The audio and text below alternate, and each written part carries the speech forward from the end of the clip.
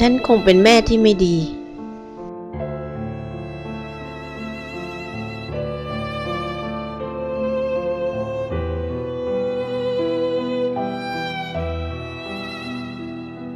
ฉันคงเป็นแม่ที่ใจร้าย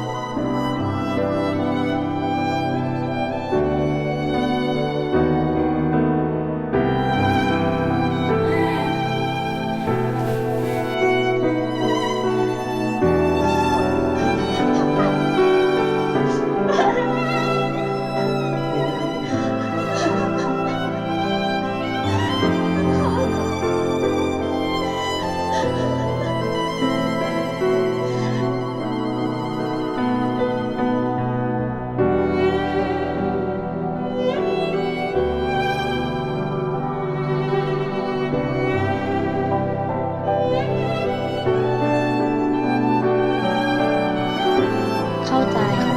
การท้องในวัยรุ่นกันเถอะค่ะ จากการท้องในวัยรุ่นกันเถอะครับ เข้าใจ การ เข้า ท้อ ถึ ง ง ในวัยรุ่น การท้องในวัยรุ่นกันเถอะครับ